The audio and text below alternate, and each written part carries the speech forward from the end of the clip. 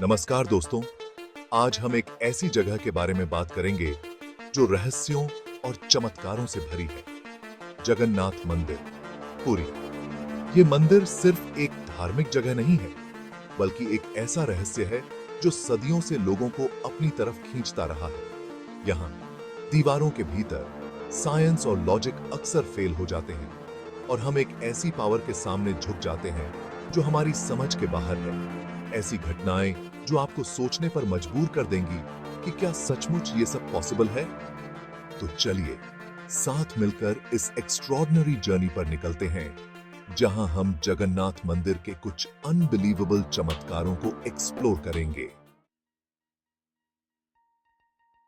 पुरी के बीच पर हवा एक अलग ही गेम खेलती है, जहां पूरी दुनिया में दिन में समुद्र से जमीन की ओर और रात में जमीन से समुद्र की ओर हवा चलती है, वहीं यहां इसका उल्टा होता है।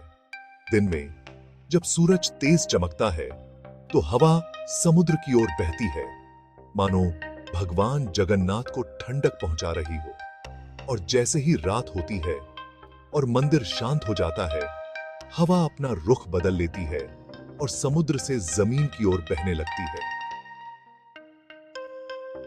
क्या ये नेचर का कोई अजीब खेल है या फिर कोई दिव्य संकेत? इस सवाल का जवाब शायद आज तक किसी को नहीं मिला, लेकिन एक बात तो पक्की है, ये रहस्यमयी घटना जगन्नाथ मंदिर के अट्रैक्शन को और भी बढ़ा देती है।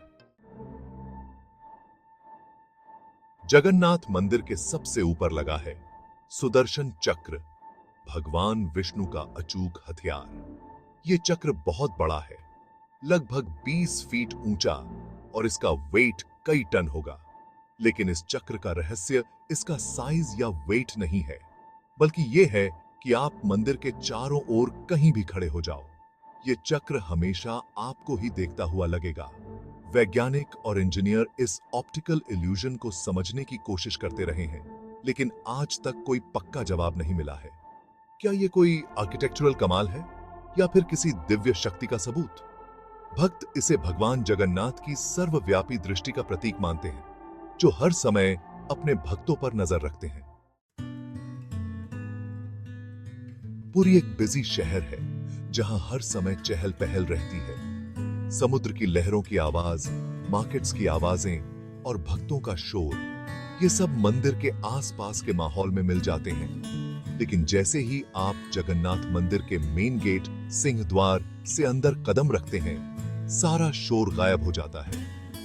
एक अजीब सी शांति आपको घेर लेती है, मानो आप किसी और ही दुनिया में आ गए हो। मंदिर के अंदर एक इनविजिबल साउंड बैरियर है, जो बाहर की दुनिया के शोर को अंदर नहीं आने देता। ये कैसे पॉसिबल है?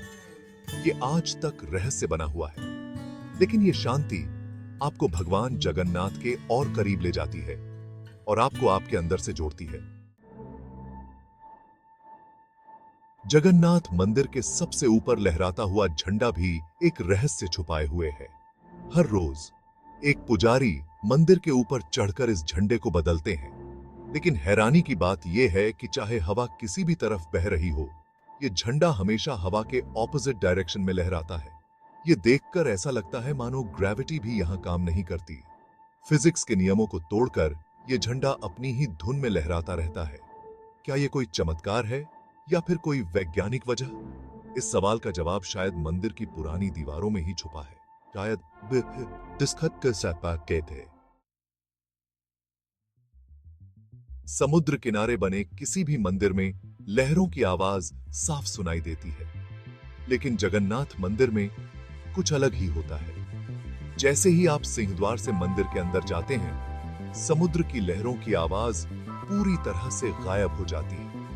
एक पल पहले तक जो समुद्र गरज रहा था, वो अचानक शांत हो जाता है, मानो आपका ही इंतजार कर रहा हो। और जैसे ही आप मंदिर के बाहर कदम रखते हैं, लहरों की आवाज फिर से सुनाई देने लगती है। ये अद्भुत घटना इस बात का प्रतीक है कि जगन्नाथ मंदिर एक अलग ही दुनिया है, जो बाहर की दुनिया के शोर से परे है। जगन्नाथ मंदिर की रसोई अपने आप में एक चमत्कार है। यहां मिट्टी के बर्तनों में एक के ऊपर एक रखकर महाप्रसाद बनाया जाता है। हैरानी की बात यह है कि आग नीचे जलती है, लेकिन सबसे ऊपर रखे बर्तन का खाना सबसे पहले पकता है। और सबसे बड़ा चमत्कार तो यह है कि यहां कभी भी महाप्रसाद वेस्ट नहीं होता। चाहे जितने भी भक्त आएं, खाना हमेशा उतना ही बनता है जितनी जरूरत होती है। अगर किसी दिन कम लोग आते हैं तो खाना भी कम बनता है। ये कैसे पॉसिबल है, ये आज तक कोई नहीं समझ पाया है। भक्त इसे भगवान जगन्नाथ की कृपा मानते हैं, जो सबको खाना देते हैं। कहते हैं कि भगवान जगन्नाथ का रूप देखने वाले की नजर पर निर्भर करता है। किसी को वो मुस्कुराते हुए दिखाई देते हैं तो किसी को सीरियस, किसी को वो खुश दिखाई देते हैं तो किसी को दयालु। ये इस बात का प्रतीक है कि भगवान हर किसी के लिए अलग रूप धारण करते हैं, उनकी जरूरत के हिसाब से। जैसे एक ही मिरर अलग अलग चेहरों को अलग अलग तरीके से दिखाता है, वैसे ही भगवान जगन्नाथ हर भक्त को उनकी अपेक्षा के अनुसार दर्शन देते हैं। ये एक ऐसा चमत्कार है जो जगन्नाथ मंदिर को और भी स्पेशल बनाता है।